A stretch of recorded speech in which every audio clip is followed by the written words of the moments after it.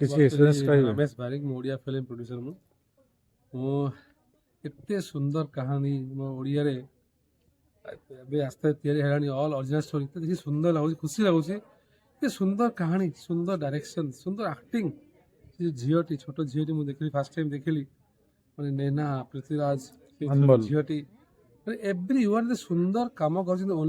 Only for ଯିବ credit ଜଣକୁ, ସେ ହେଲା ଡାଇରେକ୍ଟର। ସେ ଆକ୍ଟର ହେଇକି ଏତେ ସୁନ୍ଦର ଭାବେ ଫିଲ୍ମଟି ବନେଇଛନ୍ତି।